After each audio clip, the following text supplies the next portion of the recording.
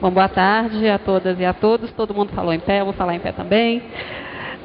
Queria, em primeiro lugar, parabenizar o conjunto Cefes, CRES, né, especialmente o CRES aqui de São Paulo, pela realização desse seminário que debate um tema absolutamente fundamental por tudo que a gente já discutiu aqui hoje, para as lutas sociais, para as lutas das mulheres e para a consonância da categoria, né, com essas lutas. E faz esse debate sobre serviço social e questão urbana num momento absolutamente estratégico para a luta política, para a luta dos movimentos sociais e para o enfrentamento do sistema capitalista, do sistema patriarcal e de todos os sistemas de dominação, que é esse momento de avanço, né, sem precedentes e com toda a força aqui no nosso país de um modelo de desenvolvimento extremamente predatório, destruidor, que acirra e aprofunda as desigualdades, como a gente já viu aqui.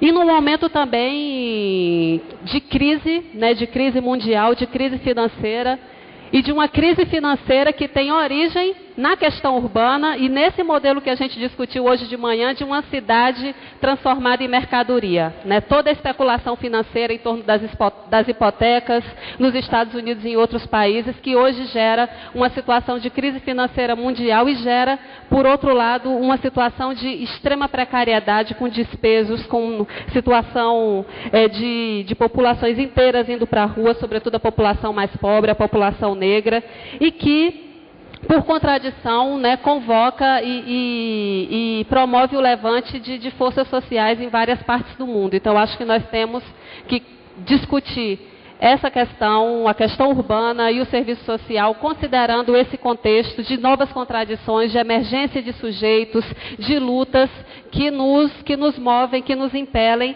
a seguirmos e a fazer da nossa atuação profissional e da nossa luta e organização política da categoria uma organização que está diretamente vinculada e apoiando esses processos. Bom, eu queria agradecer em particular o convite, né, feito pelo SOS para falar aqui um pouco de qual é a perspectiva feminista, de quais são as lutas feministas em relação à questão urbana e a leitura que nós mulheres fazemos a partir da experiência nossa, enfrentando, né, todos os problemas que essa questão urbana gera e que são diferentes e particulares para nós mulheres, né, que somos metade da humanidade, vivenciamos uma situação de discriminação e subordinação, que nos faz também vivenciar esses problemas de uma maneira diferenciada e colocar aqui também algumas questões de nossas bandeiras de luta hoje que, a nosso ver, tem estreita relação com as lutas e com o projeto ético-político do serviço social. Bom, para nós, em primeiro lugar, é impossível, como a gente já vem discutindo aqui, compreender a questão urbana sem analisar que a forma como a questão urbana, os problemas urbanos são gerados hoje, né, as limitações no acesso ao direito à cidade e a própria estruturação da cidade dessa maneira profundamente desigual, é gerada por um sistema de dominação de classes, que é o sistema capitalista, que, como já foi colocado aqui muito bem, né, hoje pela manhã, em todas as falas, né, cria e modela uma cidade a serviço do capital, a serviço da exploração, a serviço da reprodução desse sistema de dominação, né, de exploração do nosso trabalho, do nosso da nossa vida, e que cria uma cidade que não é só um cenário da reprodução dessas relações de dominação, mas é uma cidade que é a própria expressão, a sua forma é uma forma a serviço dessa dominação e dessa exploração. A cidade não é mais apenas um cenário, ela é um instrumento e ela é em si uma mercadoria hoje vendida, especulada, né, pelo sistema capitalista. Nós assistimos o tempo inteiro, na nossa experiência cotidiana, né, como se desenha essa cidade que é uma mercadoria, uma cidade que é feita para o consumo, para ser consumida e não para ser vivenciada como um espaço de sociabilidade, de encontro das pessoas, né, uma cidade que é cada vez mais privatizada em que aquilo que nós entendemos hegemonicamente comum e o senso comum como espaço próprio é o espaço privado e não o espaço público, o espaço comum. É uma cidade que cada vez mais segrega, que aprofunda distâncias entre grupos sociais, que aprofunda a violência entre grupos sociais, que aprofunda o racismo. Então é esse modelo de cidade que tem sido gerado por esse sistema capitalista de dominação e de exploração. Mas para nós também é impossível compreender a forma urbana, a questão urbana, a dominação e a exploração e todos os problemas nas cidades sem compreender o modo como as cidades se estruturam com particularidades históricas no nosso país. E aí entra um outro sistema de dominação fundamental, que é o sistema de dominação do racismo. Nós somos um país que foi forjado e construído com base na colonização, que foi construído, cujas relações de exploração econômica foram construídas a partir do tráfico, do sequestro da população negra na África, que foi trazida aqui, escravizada, e que depois desse processo, no final do século XIX, de uma falsa abolição, foi jogada nas ruas, foi jogada nas piores áreas de ocupação das cidades, e, portanto, a segregação do espaço urbano no Brasil, ela é também uma segregação racial.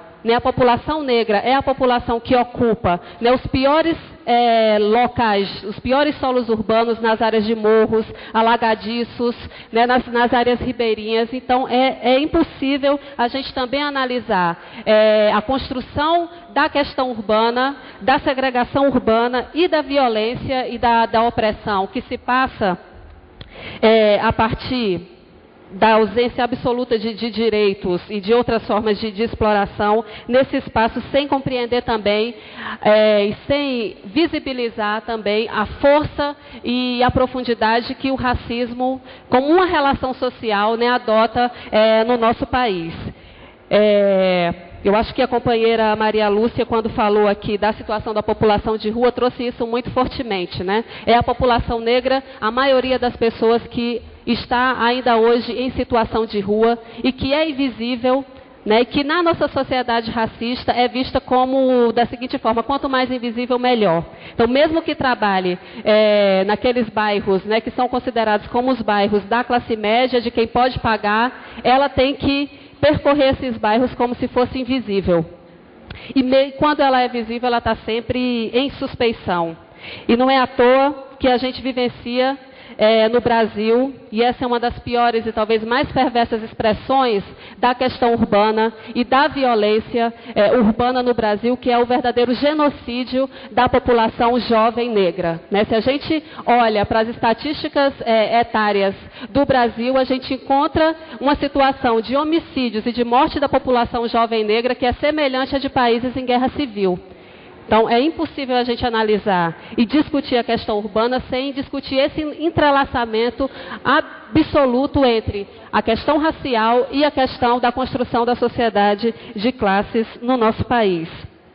E na nossa perspectiva também, evidentemente, como movimento feminista, o modo como as cidades estão organizadas, o modo como a estrutura e a forma urbana está organizada também se constrói a partir da opressão e da subordinação de nós mulheres. Por isso que nós mulheres temos uma experiência completamente diferenciada, estamos sujeitas e vivenciamos os problemas gerados pela questão urbana de uma maneira completamente distinta ainda hoje. A primeira forma histórica que o sistema patriarcal fez de segregar e limitar o acesso de nós mulheres e a vivência de nós mulheres do direito à cidade foi fazendo do espaço privado um espaço fundamental da existência das mulheres. E ainda hoje, apesar de tudo que nós conquistamos e apesar de muitas de nós aqui nessa mesa sermos mulheres lideranças, ainda hoje essa sociedade patriarcal insiste em limitar o espaço das mulheres ao espaço privado. E ainda hoje, nessa sociedade patriarcal, o espaço privado, o espaço da casa, para nós mulheres, não é um espaço muitas vezes de privacidade, mas é também um espaço de privação, de subordinação e de dominação, onde nós sofremos, por exemplo, a violência doméstica, a sobrecarga com o trabalho doméstico e muitas outras formas de dominação.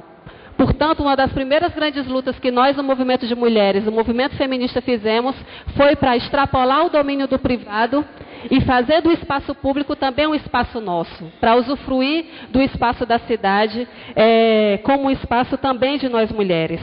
Mas essa é uma luta que ainda segue e que nós ainda entendemos como sendo uma luta que é necessária, apesar de tudo que nós conquistamos, porque muitas mulheres ainda vivem em situação de confinamento doméstico, em função dessa sociedade patriarcal, dessa sociedade sexista e do modo como as próprias cidades estão organizadas nessa sociedade também capitalista.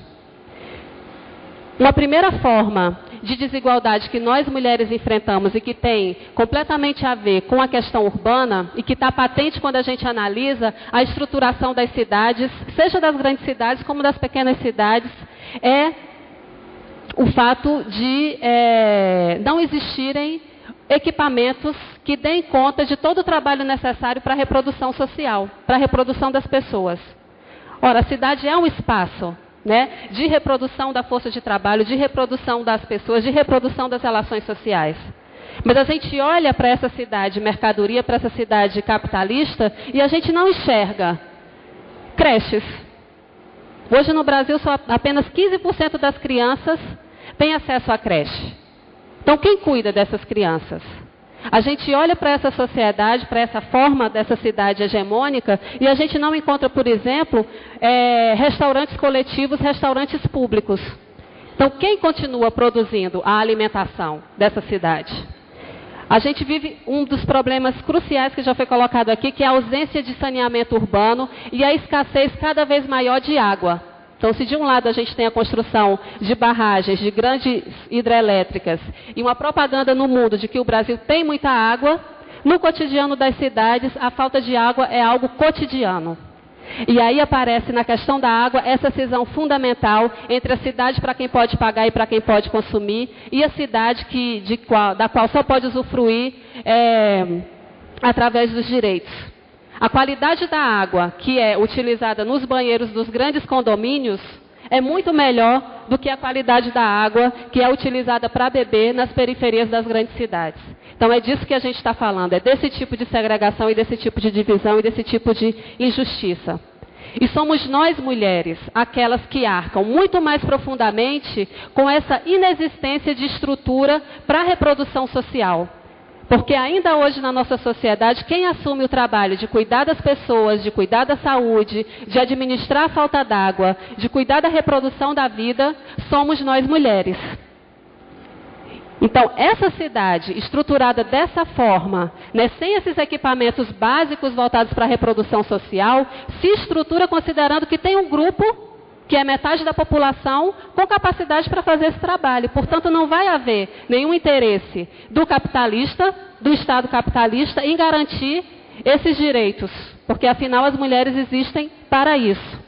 E é aí que se gera, que essa forma de estruturação urbana e das cidades gera uma das mais profundas desigualdades que nós mulheres enfrentamos, que é esse peso da jornada com o trabalho doméstico, com o trabalho de cuidado, com o trabalho de reprodução da vida, que apesar de sustentar o mundo, não é valorizado e não é visto.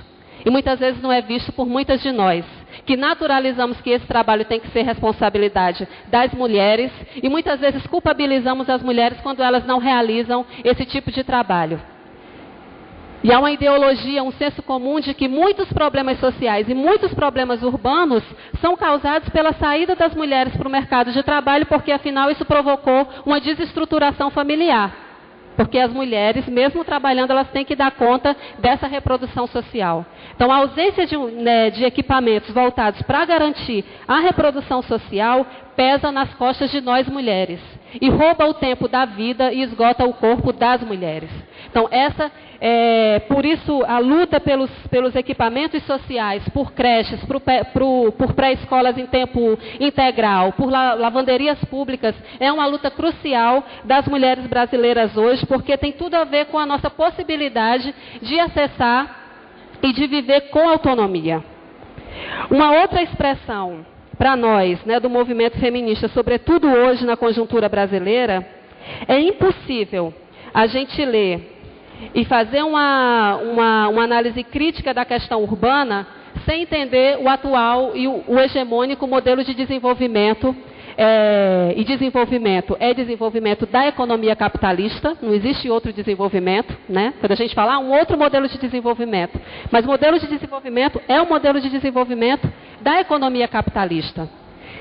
E hoje no Brasil a gente vive num estado que se propõe como um estado desenvolvimentista e que está colocando toda a sua força a serviço da implementação de um modelo de desenvolvimento que, como já foi denunciado aqui, é um modelo de desenvolvimento que aprofunda a desigualdade, que gera mais conflitos sociais e ambientais e que gera uma nova situação, aliás, uma velha situação de exploração e opressão de nós mulheres, que é a opressão e a exploração do nosso corpo. O modelo de desenvolvimento hegemônico implementado hoje pelo Estado brasileiro gera profundas desigualdades e conflitos socioambientais no campo, a construção das hidrelétricas, a construção de Belo Monte, a construção das barragens, como a companheira já colocou aqui, que aprofunda a desterritorialização, a expulsão das populações ribeirinhas, que destrói as forças naturais, como é o caso do Rio São Francisco, e que também nas cidades provoca também grandes e profundos conflitos socioambientais. E eu queria citar aqui como exemplo desse modelo de desenvolvimento os grandes eventos, os megaprojetos aí, como é o caso da Copa do Mundo. Nós, do movimento feminista, estamos nos organizando em todo o país, tanto para enfrentar as consequências desse modelo de desenvolvimento e para se opor a esse modelo de desenvolvimento no campo, mas também nas cidades. Porque nós entendemos que quando um grande projeto de desenvolvimento ele chega, ele traz consigo diversas formas de opressão e exploração do corpo de nós mulheres. Quando a hidrelétrica chega, ela traz consigo milhares de trabalhadores em condições precárias de trabalho e é parte da engrenagem de levar uma hidrelétrica para ali a oferta do corpo das mulheres através da exploração sexual. Então, é isso que esse modelo de desenvolvimento gera para nós mulheres. Expulsa do nosso trabalho, expulsa as pescadoras, expulsa as camponesas, expulsa as mulheres ribeirinhas e faz do nosso corpo um instrumento de exploração e de atração de grandes investimentos, de mulheres e de meninas. É esse modelo também que está por trás da estrutura do megaprojeto da Copa do Mundo, que expulsa as populações dos seus locais de moradia, que provoca remoções e que traz o tráfico e a exploração sexual das mulheres consigo. Foi o que aconteceu na África do Sul e é o que certamente vai haver pressão para ser implementado aqui no Brasil e por isso que nós denunciamos e nos organizamos para enfrentar. O grande crescimento que é anunciado também pelo governo brasileiro traz consigo todas essas formas de violência. Eu venho do estado de Pernambuco, onde está sendo construída a grande propaganda da refinaria e do polo de Suape, que é um porto. E só para dar um dado para vocês de como a questão é grave. Só nesse semestre chegaram em Pernambuco 30 mil homens, trabalhadores que vão construir o polo petroquímico. Desses 30 mil homens, 80% vão viver em sistema de confinamento. Você imagine, um contingente desse confinado, né, submetido a péssimas condições de trabalho, inclusive vão para lá trabalhar sem poderem levar suas famílias. Então, por trás desse esquema das grandes empresas que estão construindo o SUAP, tem os esquemas também de corrupção e de tráfico e exploração sexual que oferecem às mulheres e o corpo das mulheres como um benefício para você trabalhar naquela área. Então, não é à toa que os índices de violência doméstica, de violência sexual em Pernambuco estão crescendo enormemente. Então, para nós, esse modelo hegemônico traz consigo esse tipo de violência e por isso que nós repudiamos e nos organizamos contra esse modelo hegemônico. Queríamos também denunciar como uma das situações gritantes que nós mulheres enfrentamos nas grandes cidades hoje, também o aprofundamento da violência contra as mulheres nos chamados contextos de pacificação. como já foi colocado aqui de manhã, a pacificação nada mais é do que a ocupação violenta dos territórios por meio da ação violenta da força policial, muitas vezes que dá lugar ao poder das milícias naqueles territórios, e diversas organizações de mulheres que são parte do movimento feminista no Brasil têm denunciado que por trás da pacificação também há violência policial, também a morte, né, dos filhos e filhas das mulheres que vivem nesse território. Há uma ampliação do consumo das drogas lícitas, e quando eu estou falando das drogas lícitas, eu estou falando da distribuição de benzodiazepínicos nos serviços de saúde, que é uma forma de anestesiar a dor e a revolta das mulheres, que é uma situação também que a gente tem que denunciar, e muitas vezes por situações de abuso e exploração sexual. Então, como dizem nossas companheiras colombianas, nós não queremos a guerra que nos mata, mas nós também não queremos a paz que nos oprime. E é isso que a pacificação tem representado para as mulheres hoje nas grandes cidades brasileiras. Por fim, porque o meu tempo realmente já está se esgotando, para nós também é fundamental a aliança com a categoria das assistentes sociais, com as profissionais estudantes de serviço social, para denunciar esse modelo de desenvolvimento em voga no Brasil hoje, e para fazer uma luta articulada no cotidiano, né, dos serviços da atuação profissional. Nós sabemos dos limites da institucionalidade. Nós sabemos que muitas vezes o profissional que está ali na companhia de abastecimento de água, implementando programas de habitação, tem limites muito profundos para fazer a sua atuação. Mas às vezes também nesses limites a gente encontra a possibilidade de fazer da nossa atuação profissional um instrumento de apoio e de garantia de direitos, como a companheira já colocou aqui. E que também enfatizar, se muitas vezes no local de trabalho, dentro da institucionalidade, a gente não pode falar por nós, participando da luta política, existe todo um movimento que pode fazer ecoar essa voz que a gente teve que manter muda dentro do limite institucional. Então, há todo um movimento que pode falar por mim, profissional, que não pude falar no meu cotidiano de assistência. E para isso, para que eu possa falar através de uma voz coletiva, é preciso que a gente se engaje politicamente nas lutas sociais que estão acontecendo, e essa mesa exemplifica isso. Na luta das mulheres, na luta da classe trabalhadora nas suas diversas formas, enxergar essas lutas onde elas existem, e elas existem. As mulheres, a classe trabalhadora, a população negra está organizada de diversas maneiras, muitas vezes com pouco poder de voz, porque também nós temos um grande enfrentamento hoje. E eu queria fechar com ele, mas essa organização existe, e nós assistentes sociais, como uma das profissões que são, talvez hoje, representam uma daquelas que mais discutem criticamente, que fazem uma leitura crítica do sistema capitalista, patriarcal, que entende que a articulação com os sujeitos é fundamental para fazer e alavancar os processos de mudança. Então, acho que o serviço social tem um papel fundamental, né, hoje, nesse momento de decência e de fragilização da luta política. E um outro enfrentamento grande que nós temos que fazer, e que nisso todos e todas nós somos convocados a agir, quem está na universidade, quem está no serviço, quem está até na internet, em fortalecer o enfrentamento ideológico na nossa sociedade.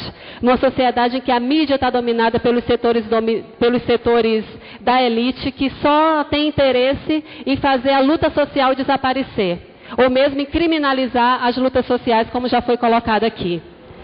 Então, é preciso que a gente possa atuar fazendo esse enfrentamento ideológico, fortalecendo a mídia dos movimentos sociais, fortalecendo as vozes dissonantes com esse mundo, com essa ordem que está aí. Nós mulheres muitas vezes somos taxadas, lá em Belo Monte, aqui na cidade, quando a gente denuncia a Copa do Mundo, de sermos as atrasadas, aquelas que somos contra o desenvolvimento e o progresso. Então, é desse enfrentamento ideológico que a gente está falando, de acabar com esse consenso de que esse modelo de desenvolvimento, que aprofunda a concentração de riqueza, aprofunda a exploração e a desigualdade, e aprofunda esse sistema de cidade e mercadoria, é o único possível. Então, nós temos que nos somar e dizer que há alternativas. E construir, mais do que isso, essas alternativas. E para enfrentar forças tão grandes, né, e tão mais fortes do que nós, são a política, forte de alianças é capaz, né? Então nós temos que estar cada vez mais, nós dos movimentos sociais, em aliança, em processos de luta e resistência comuns, denunciando esse modelo, fazendo enfrentamento ideológico, fazendo enfrentamento com o Estado, fazendo enfrentamento com as forças do capital, para dizer e afirmar que há outras alternativas e que nós estamos empenhadas em construir essas alternativas. Nós, do movimento feminista da MB, estamos hoje mobilizando, junto com outros movimentos como o próprio MAB, um grande enfrentamento a Belo Monte, que se chama Movimento Xingu Vivo. E uma das insígnias desse movimento é assim: as mulheres são como as águas, crescem quando se juntam. Então, acho que todas as pessoas que não aceitam esse sistema são como as águas e crescem quando se juntam. Portanto, vamos nos juntar para enfrentar isso que é tão grandioso, mas que é possível de derrotar. Obrigada. Obrigada. Raimunda, por favor.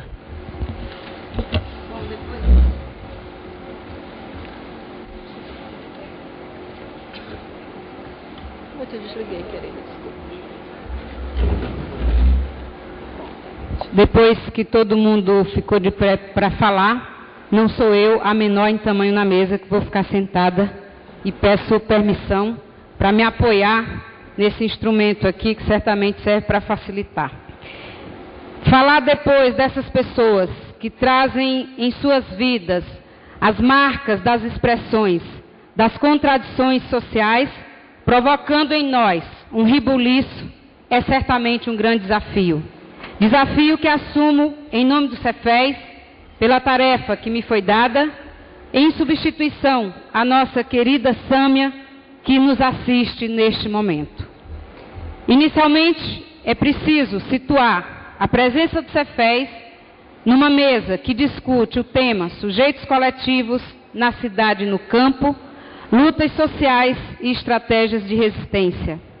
Este Conselho Federal representa hoje aproximadamente 110 mil assistentes sociais no Brasil, intervindo em diferentes e diversas formas de opressão nos espaços socioocupacionais em que, via de regra, enfrentam as expressões da desigualdade rotineiramente. O Serviço Social Brasileiro configura-se, portanto, numa profissão que afirma e reafirma cotidianamente a luta contra a desigualdade por meio da competência técnica, do compromisso ético-político com movimentos organizados, a exemplo desses que compõem a mesa, em defesa dos direitos da classe trabalhadora e de uma sociabilidade que atenda às necessidades humanas aqui tão bem externadas.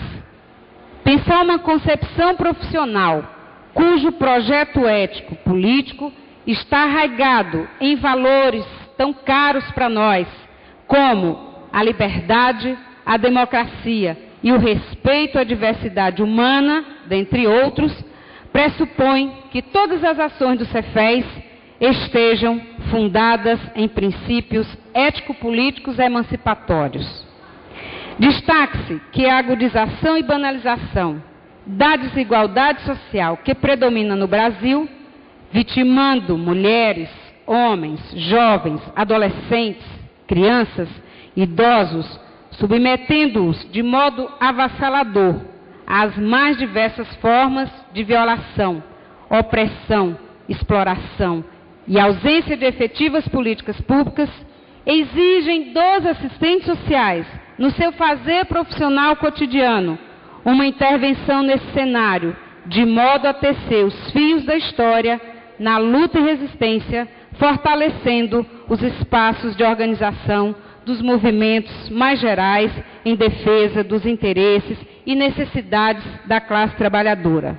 Daí o exercício que considero importante fazer nesse momento e os convido a fazer comigo, convido a todos e todas, o de estabelecer qual a relação do Cefés com a temática da cidade e do campo, como espaços reais de garantia de direitos, em que os sujeitos constroem e se reconstroem na luta pelo direito à vida, na cidade e no campo, de forma saudável e sustentável.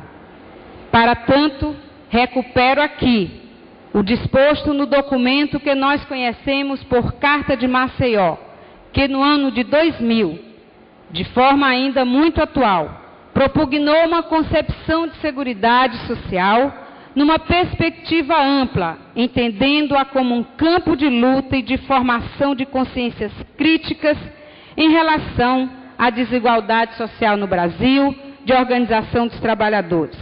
Um terreno de embate que requer competência teórica, política e técnica, que exige uma rigorosa análise crítica da correlação de forças entre classes e segmentos de classe, que interferem nas disposições e decisões em cada conjuntura.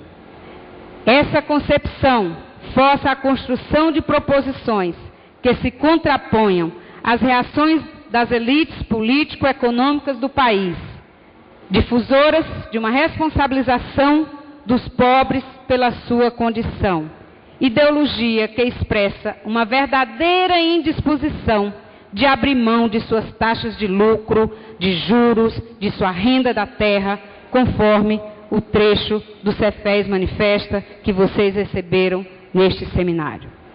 Ora, por suposto, as condições objetivas das cidades brasileiras são as expressões dos efeitos nefastos desse modelo de desenvolvimento urbano de caráter neoliberal, perverso e desigual, vigente no país nas últimas décadas, o qual é resultado das decisões políticas sobre a forma de fazer a gestão e dirigir a vida da população brasileira na cidade e no campo.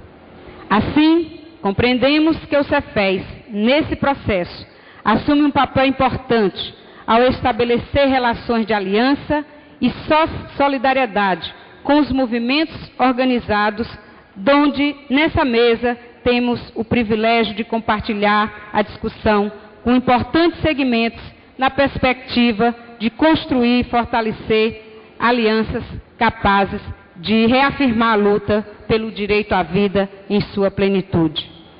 Isso posto, depreende-se que o direito à cidade pressupõe pensar a efetivação na vida cotidiana, dentre outros, do direito ao trabalho, à seguridade social pública, à educação, à cultura, ao trabalho, ao lazer, à segurança pública, à informação e à participação política, onde se inclui viver com direito à diversidade em relação à liberdade de orientação e expressão sexual e identidade de gênero, à questão étnico-racial e ao respeito geracional.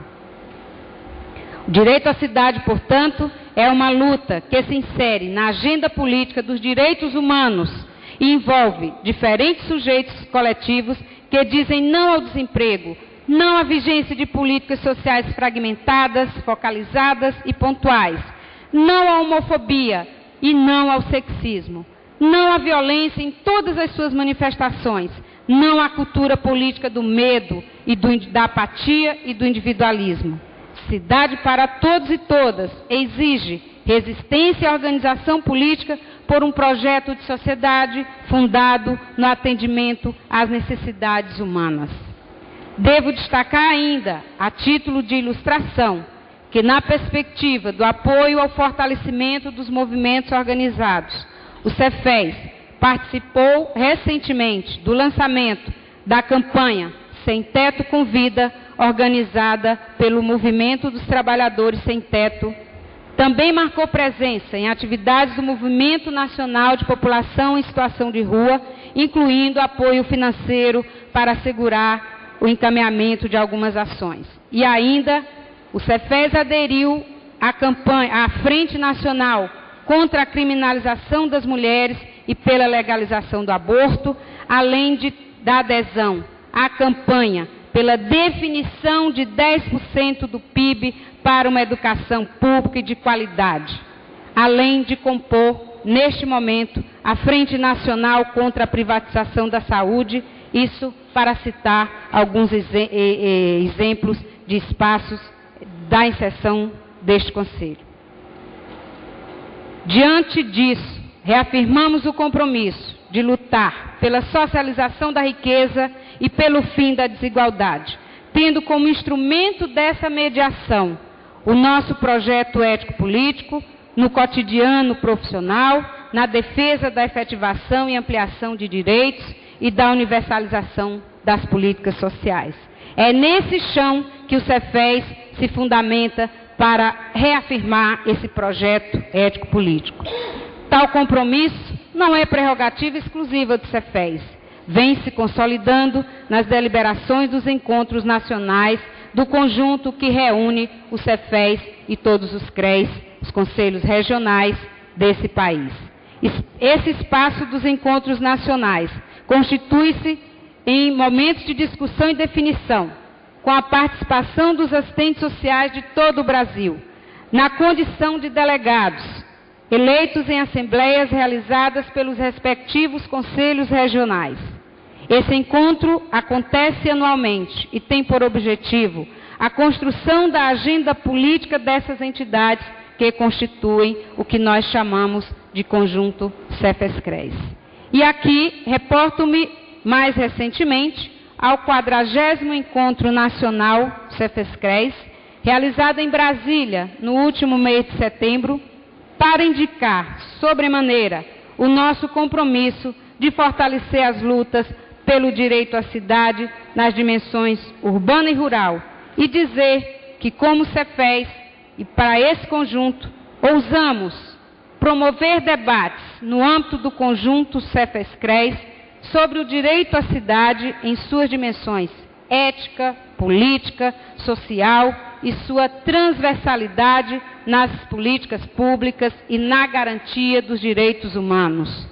Ousamos intensificar a discussão no conjunto Cefes-CREs sobre a questão indígena no Brasil, a população quilombola e comunidades tradicionais, o aparato legal que as regem, o estudo sobre o acesso desses segmentos às políticas públicas, apoiando a luta pela demarcação das terras. Ousamos ainda participar dos conselhos de políticas, conferências e fóruns de reforma, e aqui cito alguns desses conselhos, como o Conselho Nacional de Saúde, que temos um importante e bem representado assento na assistente social Ruth Bittencourt, que está aqui presente.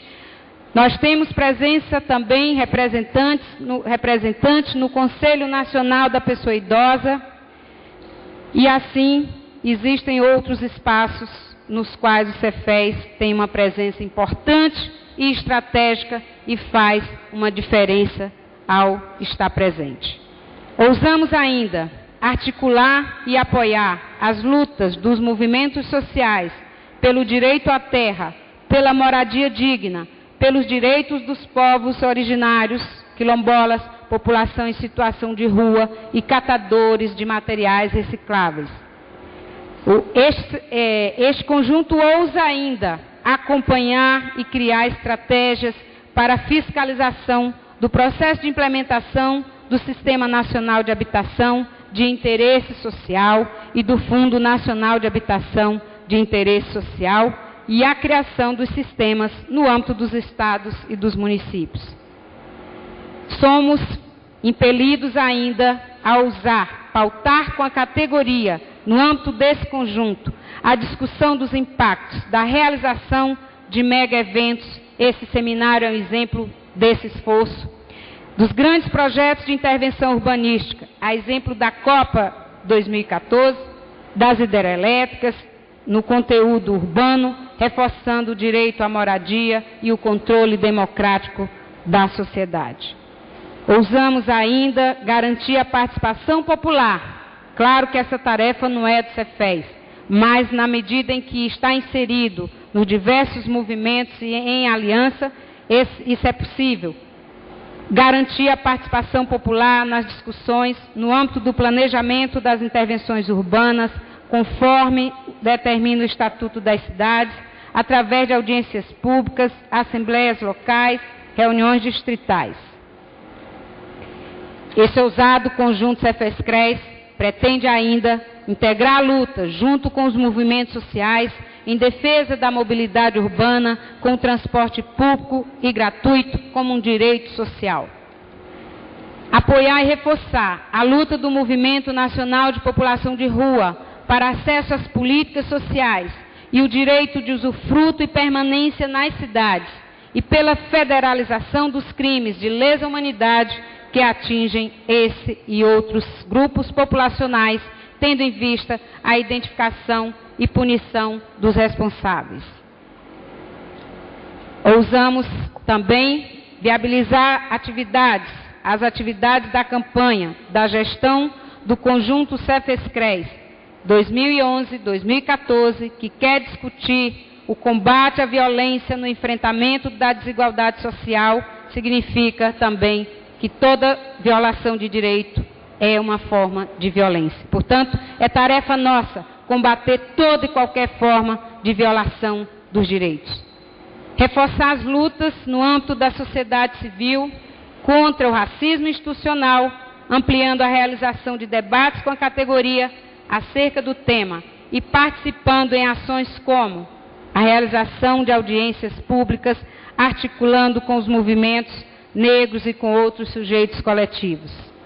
Empenhar esforços para viabilizar o direito à acessibilidade para as pessoas com deficiência em todos os espaços e atividades realizadas, inclusive pelo conjunto Cefes-CREs ou em parceria com outras entidades. E, por fim, nesse rol de exemplos que estou citando, pautar junto à categoria a defesa da reforma agrária, posicionando-se frente às violências ocorridas no campo. Como já afirmamos, no Cefes Manifesta, o direito à cidade para todos e todas, a defesa do direito à cidade está na luta pelo acesso universal aos serviços, na distribuição democrática dos bens produzidos, no incentivo ao diálogo intercultural. Esse direito à cidade significa eminentemente a luta pela defesa da construção de um modo de viver com ética, pautado na igualdade e liberdades substantivas e na equidade social. Com isso, reafirmamos, em homenagem à nossa querida Sâmia, como diz o poeta Gonzaguinha, são tantas lutas inglórias, são tantas histórias que a história qualquer dia contará, de obscuros personagens, as passagens, as coragens, são sementes espalhadas pelo chão, dos humilhados e ofendidos, explorados e oprimidos, que tentaram encontrar a solução. São vidas que alimentam nosso fogo de esperança. E não quero esquecer nossa legião que se entregou por um novo dia. Eu quero cantar essa mão tão calejada que nos deu tanta alegria. E vamos à luta. Pequena memória para um tempo sem memória. Muito obrigada.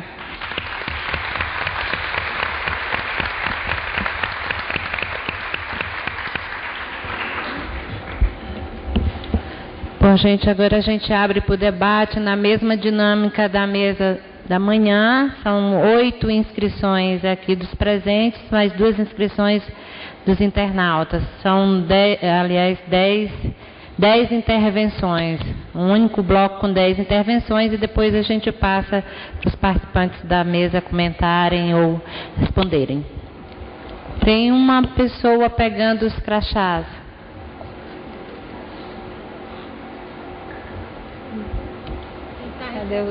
Por favor, uma pessoa da coordenação para receber.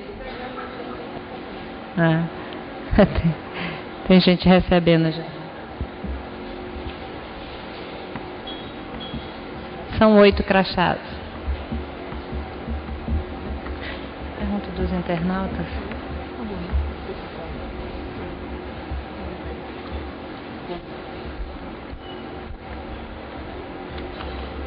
Na ordem.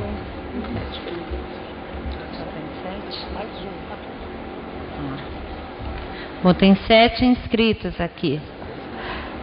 Então vamos lá. Enquanto eu vou chamando para fazer a intervenção, o último se inscreve aí, se alguém tiver interesse ainda de se inscrever.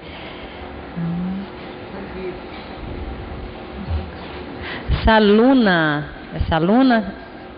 Simões. Ai, Sabrina. Desculpe, Sabrina Simões. Chegou a gente...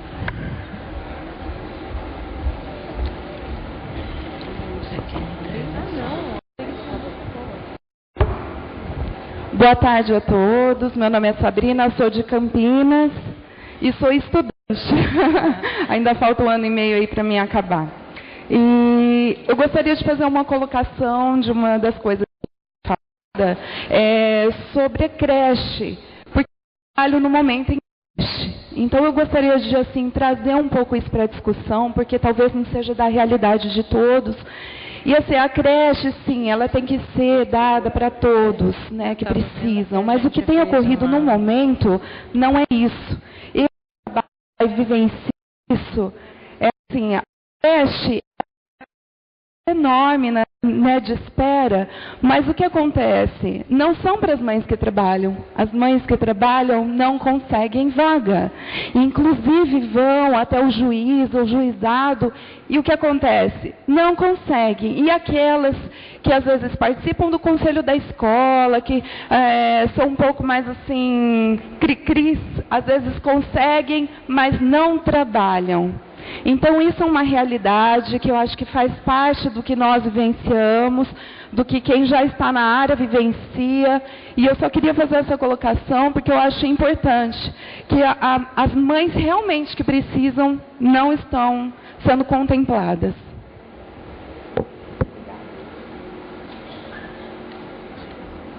Tiago.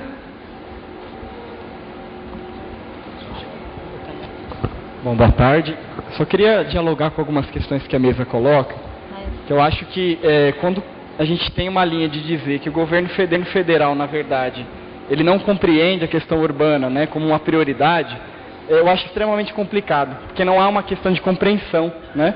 Eu acho que, do ponto de vista mais avançado, o próprio governo federal vem demonstrando pelas últimas linhas que não está a serviço desse projeto, né? Já está muito distante desse projeto que nós defendemos enquanto classe trabalhadora e mostrando aí, através de Código Florestal, né, que vem trazendo impacto significativo para a classe trabalhadora, através do próprio PAC, né, dos assassinatos de militantes que vem fazendo e a precariedade que é a questão dos programas de proteção, né, em direitos humanos, da questão da privatização do SUS. Então, na verdade, esses elementos vêm nos demandando aí uma reflexão mais a fundo de qual é o sentido e quais são as estratégias que os movimentos, que os conselhos, que os profissionais têm que adotar para fazer esse enfrentamento a esse cenário contemporâneo. E aí vale destacar que eu acho que a própria companheira do MAB, eu acho que traz questões fundamentais na reflexão de qual é o modelo de desenvolvimento que esse país está caminhando, né? Quando se fala das grandes obras, qual é o rumo e qual é o motivo dessas grandes obras, que certamente não são dos trabalhadores. Eu acho que a companheira foi muito feliz nessa colocação. E aí, eu acho que em contraponto, os próprios lacaios hoje no governo federal que vem propondo o inverso disso, né? Que não está fazendo essa reflexão. Então eu queria só que a mesa talvez passasse um pouco por esse debate, que eu senti falta, de como que vocês estão avaliando o PAC, o programa Minha Casa Minha Vida, os programas que hoje de massa que se tem, e na nossa avaliação, tem trazendo consequências para a classe trabalhadora de uma maneira negativa, né? Então fazer um pouco esse balanço, tocando em questões centrais dos programas hoje que está em curso. Obrigado. Mas Everton.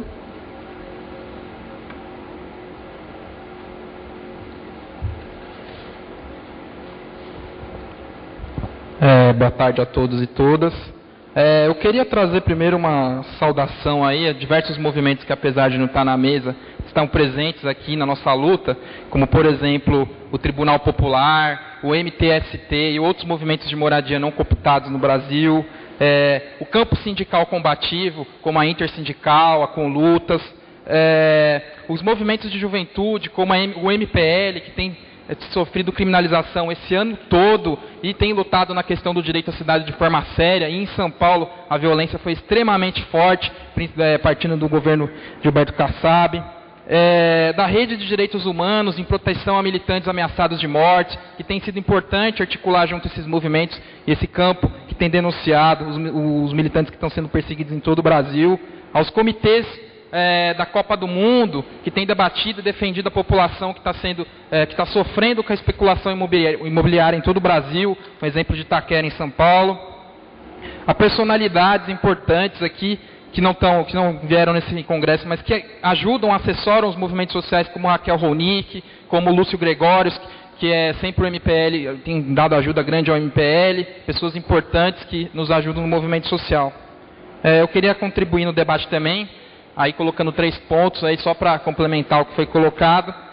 Primeiro, a questão de denúncia, né? Os comitês da Copa do Mundo, um exemplo aqui de Itaquera, em São Paulo, e outros lugares também onde vai ter Copa do Mundo, onde vai ter estádio e tudo mais, eles têm feito comitês populares para discutir a questão e os efeitos nocivos que os grandes eventos estão fazendo no Brasil, principalmente a especulação imobiliária. O governo federal, junto à sua base com deputados, tem investido para cooptar esses movimentos, investido para criar comitês sociais da Copa do Mundo, que no fundo é colocar na cadeira do governo e dizer: a Copa do Mundo vai trazer benefícios, vai trazer geração de emprego, vai trazer desenvolvimento, e que na verdade não tem trazido coisa nenhuma. A especulação imobiliária num bairro de Itaquera, por exemplo, já cresceu. Um apartamento que custava lá 20 mil, que já não é um preço barato, hoje custa 150 mil, por exemplo, na Coab 2. E outros lugares do Brasil sabemos que isso acontece.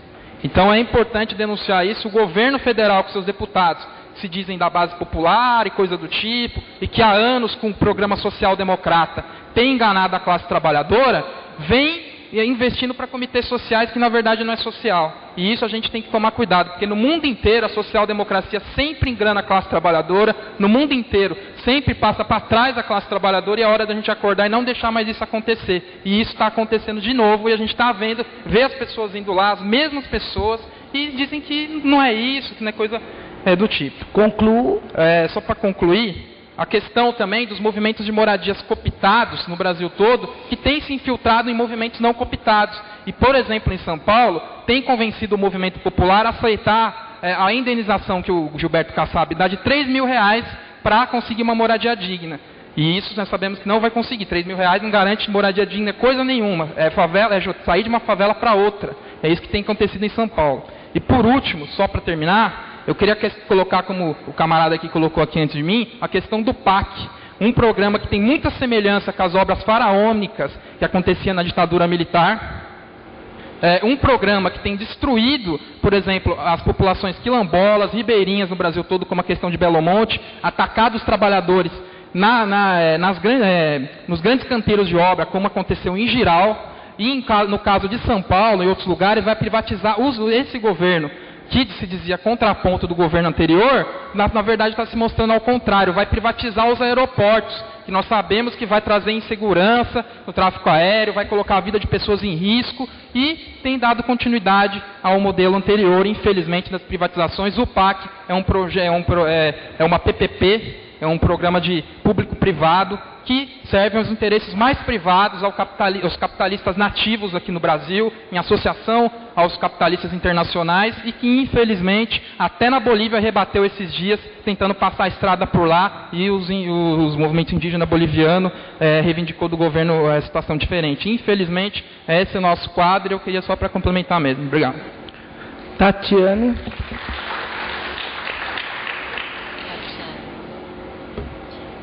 Boa tarde, eu sou Tatiane, do CRES Pernambuco, trabalho na Defesa Civil da Prefeitura do Recife, e eu trago uma pergunta para a Liciane, do MAB. Liciane, eu queria que você colocasse se o movimento ocupa os espaços de conferência de defesa civil, se você acha importante ocupar esse espaço, e aí contextualizar para vocês o porquê dessa pergunta.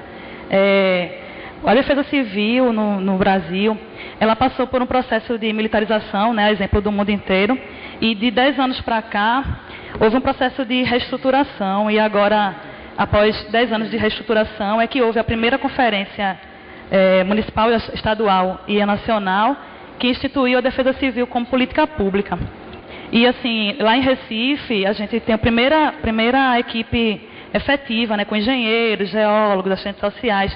Ainda é um processo de reestruturação que a gente está vivenciando lá. E, apesar de alguns avanços, a gente ainda encontra um processo bem assim incipiente. E uma das questões que rebate muito para nós do serviço social é um paradigma que se coloca na defesa civil, que é o paradigma da assistência humanitária, que é de acordo com a ONU, que é o velho paradigma das antigas damas de caridade, que agora são os voluntários, né, os socorristas, as pessoas que trabalham com doações, e o governo se coloca para repassar as doações.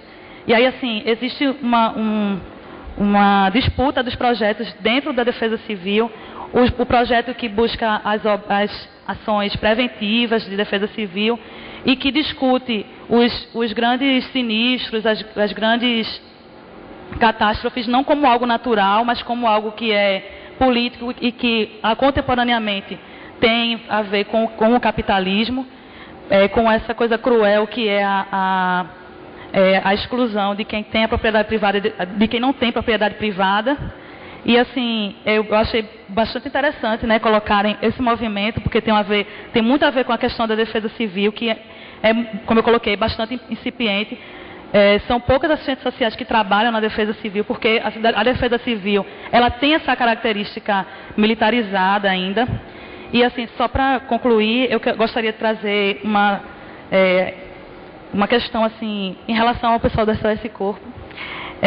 Eu sou lá de Pernambuco, né? Eu acho bastante interessante o trabalho de vocês, mas como pesquisadora na área de gênero, eu pesquiso sobre prostituição feminina.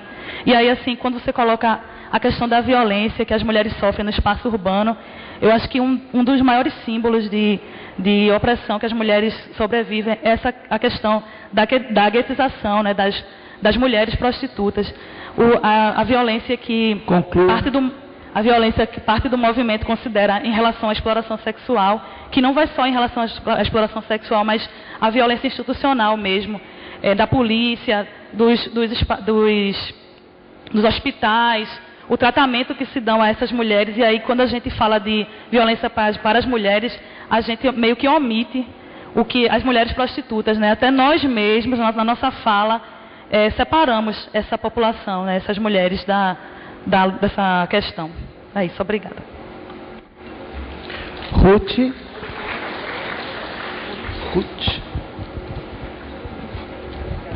Essa luz me incomoda. Boa tarde a todas e a todos. Como Ramona falou, eu represento o Conselho Federal de Serviço Social no Conselho Nacional de Saúde. E como tal, eu queria primeiro parabenizar a beleza dessa mesa. Nós que já, como disse o Wagner, já estamos há algum tempo nessa estrada, isso é elixir da vida política. A gente volta para casa com um suplemento bem forte de elixir para continuar a luta, né? Parabéns, é excelente. É isso mesmo, é o que a Lúcia falou, precisamos fazer política de alianças. Como conselheiro, eu queria aproveitar a oportunidade para divulgar aqui. Eu faço parte da comissão organizadora da 14ª Conferência Nacional de Saúde, que vai ocorrer de 30 de novembro a 4 de dezembro. E vocês sabem que o Conselho Nacional de Saúde vive um momento muito difícil, de cooptação total. Nós tivemos uma derrota no início do ano, quando o ministro da Saúde, cooptando os segmentos usuários, inclusive alguns trabalhadores, conseguiu se eleger, apesar da resistência de alguns trabalhadores, nos quais o CEFES incluiu. Estamos pagando um preço muito alto por isso, estamos na resistência, mas não está fácil. E nós, na Comissão de Saúde, estamos muito preocupados de ter conferências chapa branca. Nós tentamos inovar algumas coisas. Em detrimento até de não colocarmos vaga de observadores, eu sei que nós estamos até sendo criticados por isso, nós tentamos lutar para ter na conferência movimentos sociais que não têm assento no Conselho Nacional de Saúde. Né? E alguns movimentos, inclusive até com suporte financeiro da Secretaria de Gestão Estratégica Participativa. Eu acho que a Central de Movimento Popular, que vocês têm comitê na CEGEP, né? A Morador de Rua, né? Vocês têm comitê também. E eu acho que Barragem, eu acho que tem também. Então, primeiro, informar, verificar as entidades de vocês acham que estão na lista dos convidados, pelo menos um de cada entidade. Não vi a Via Campesina e não vi SOS Corpo. Se não tiver, mandar um e-mail ao Nacional de Saúde, entendeu? Tentando articular. A nossa ideia é que tenha o maior número de movimentos sociais na conferência, como convidados, né? Para que a gente escute outras coisas. Esse é um dado. Quem já está, eu acho que vocês estão, se eu me lembro da lista, mas é bom verificar. A outra coisa é que nós vamos tentar, pela primeira vez, fazer um movimento de rua. Né?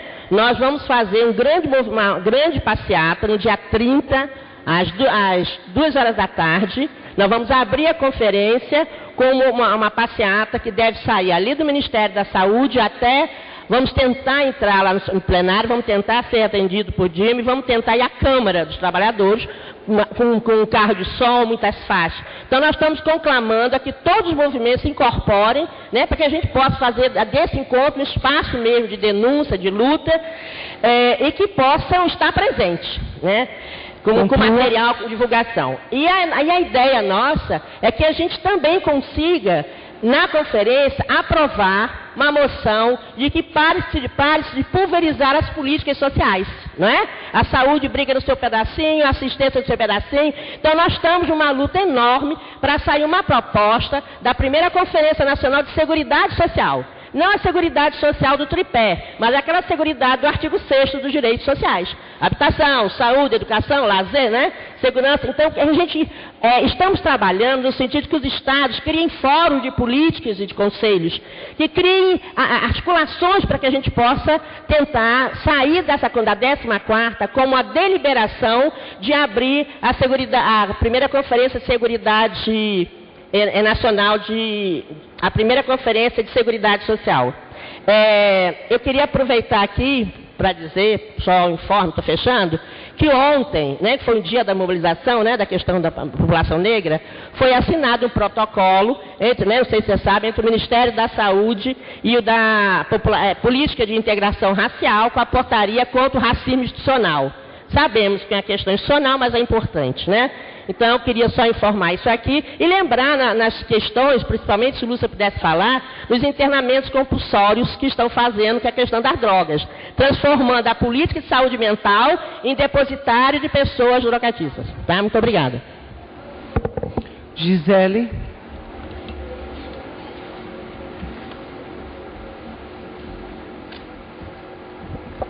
Então, boa tarde. Boa tarde à mesa. Eu venho aqui falar, daqui a pouco vou falar um pouquinho mais do que foi tocado pela mesa, a questão de Belo Monte, mas eu concordo com o companheiro, eu acredito que foi o companheiro GG, isso, quando fala que no Brasil, infelizmente, a gente não vive um momento de ascenso das lutas, né? Mas é bom fazer referência, inclusive saudar, né, as lutas que se impõem nesse momento no mundo inteiro, vitoriosas, inclusive, que derrubaram ditaduras de décadas, como a chamada Primavera Árabe, as lutas da Grécia, do Chile, né, da Espanha e, mais recentemente, do coração financeiro do mundo, Nova York, que, inclusive, se contrapôs diretamente com palavras de ordem contra o sistema capitalista. É importante fazer essa referência, porque na mesa nós temos militantes dos movimentos sociais, é importante fazer essa referência para o plenário. E dizer que, infelizmente, no Brasil a gente não vive esse momento, mas os trabalhadores, nós, os trabalhadores, a juventude, nós não estamos de braços cruzados, vendo todos esses projetos, né, de exploração, de humilhação à classe trabalhadora. Vide aí as greves que ocorreram, como dos servidores das universidades federais, os bancários, os correios, lá em Belém do Pará, ou melhor, no estado do Pará. Os professores da rede do estado estão em greve por pelo menos 30 dias, né, exigindo também melhores condições de trabalho, educação pública, 10% do PIB, que inclusive é uma campanha nacional aí que nós estamos encampando. E eu fiz todo esse resgate para chegar no ponto que para mim tem que ser muito mais tocado, inclusive pelos membros da mesa, que é uma luta que nós da Amazônia, do Norte, do Pará, estamos travando há meses contra a implantação da usina da hidrelétrica de Belo Monte. É importante colocar isso porque desde o dia 25, 26 e 27 está acontecendo, hoje são 27, né? Acabando hoje então, acontecendo em Altamira, lá onde vai ser, talvez seja construída a usina de Belo Monte, um seminário internacional contra a construção da usina. E é importante dizer isso porque os mais de 700 participantes que estão ainda em Altamira, só para concluir, ocuparam o canteiro de obras de Belo Monte e, inclusive, fecharam a Transamazônica exigindo que o representante do governo federal, que é um governo dirigido por uma mulher, né, infelizmente, e aí mandasse um representante com uma declaração de, pelo menos, cancelar a a implantação da usina de Belo Monte. É importante fazer essa referência, porque nós estamos travando essa luta árdua, e é uma luta que não é só do Pará, não é só da Amazônia, é uma luta do mundo inteiro, inclusive que faz referência aos projetos nefastos da época da ditadura militar, de implantação de usinas hidrelétricas que escorraçam as diversas famílias. No caso de Altamira, são mais de 40 mil pessoas que serão retiradas de seus locais de moradia há décadas para a construção dessa usina, que em nada beneficiará não só a população de Altamira, mas do Brasil inteiro. Era só isso, só uma referência à luta contra Belo Monte. Meire.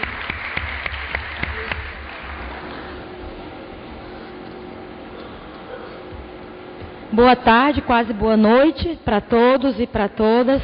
Queria parabenizar essa mesa, né, que foi uma mesa belíssima no sentido de provocar, né, a necessidade cada vez mais insurgente, né, dessa articulação entre o Serviço Social Brasileiro e os movimentos sociais.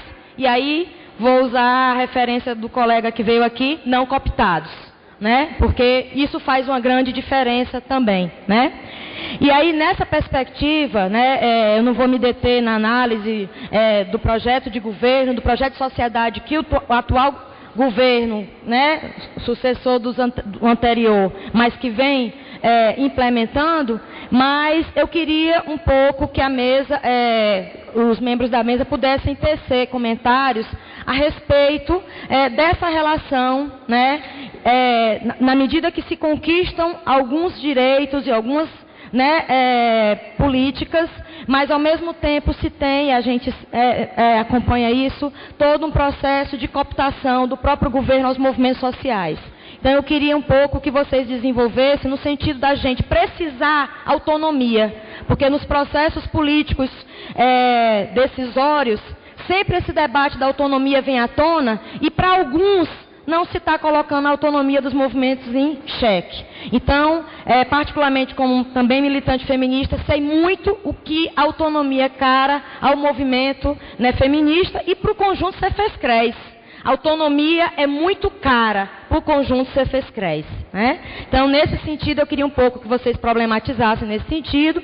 E a outra questão, também para os membros da mesa, considerando vários elementos que vocês trouxeram do ponto de vista do não acesso ao direito à cidade, e um elemento que foi tocado por alguns de vocês, que é da invisibilidade como um primeiro lugar, ou não lugar, mais precisamente, que muitos sujeitos que estão em situação de rua ou em outras situações vivenciam. E aí, particularmente, eu queria fazer menção à população LGBT, a população de lésbicas, gays, bissexuais, travestis e transexuais, que historicamente foram e permanecem sendo invisibilizados por um sistema de opressão, né, que tem se denominado de heterossexualidade compulsória, que é o fundamento da homofobia, da lesbofobia e da transfobia.